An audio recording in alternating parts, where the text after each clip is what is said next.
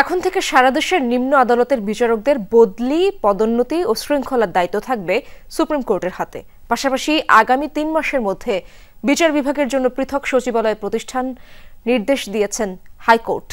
এই রায়কে দেশের বিচারিক ইতিহাসের মাইল ফলক বলছেন আইনজীবীরা। নতুন ব্লেন্ডে আরো রিচ অ্যারোমায় সেলন ফ্যামিলি ব্লেন্ড টে।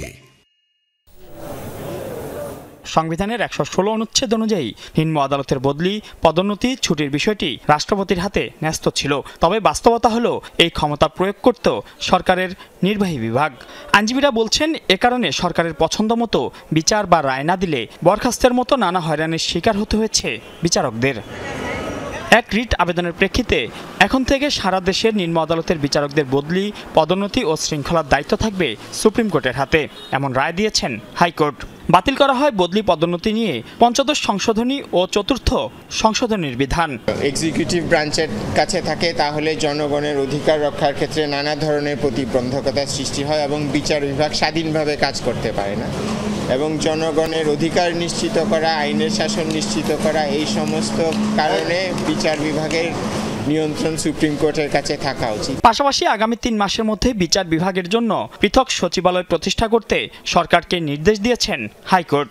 সাবঅর্ডিনেট বিচার বিভাগীয় অফিসারদের জন্য যে ডিসিপ্লিনারি রুলস করা হয়েছিল, এই রুলস অসাংবিধানিক ঘোষণা করা হয়েছে এবং আগামী ৩ মাসের মধ্যে সেপারেট জুডিশিয়াল সেক্রেটারিয়েট গঠন করার জন্য নির্দেশ দেওয়া হয়েছে।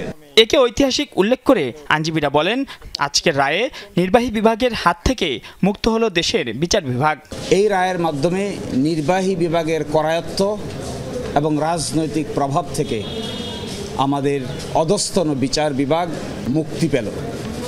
একই সাথে আমাদের বিচার বিভাগের অধস্তন অফিসাররা তারা তাদের আত্মমর্যাদা এবং সম্মান ফিরে পেল, যা ইংরেজিতে বলে self Prestige and dignity restored হলো। শেখ হাসিনার পতনের পর বিচার বিভাগের আলাদা সচিবালয় প্রশ্নে সংবিধানের ১১৬ অনুচ্ছেদের বৈধতা চ্যালেঞ্জ করে রিট করা হয়।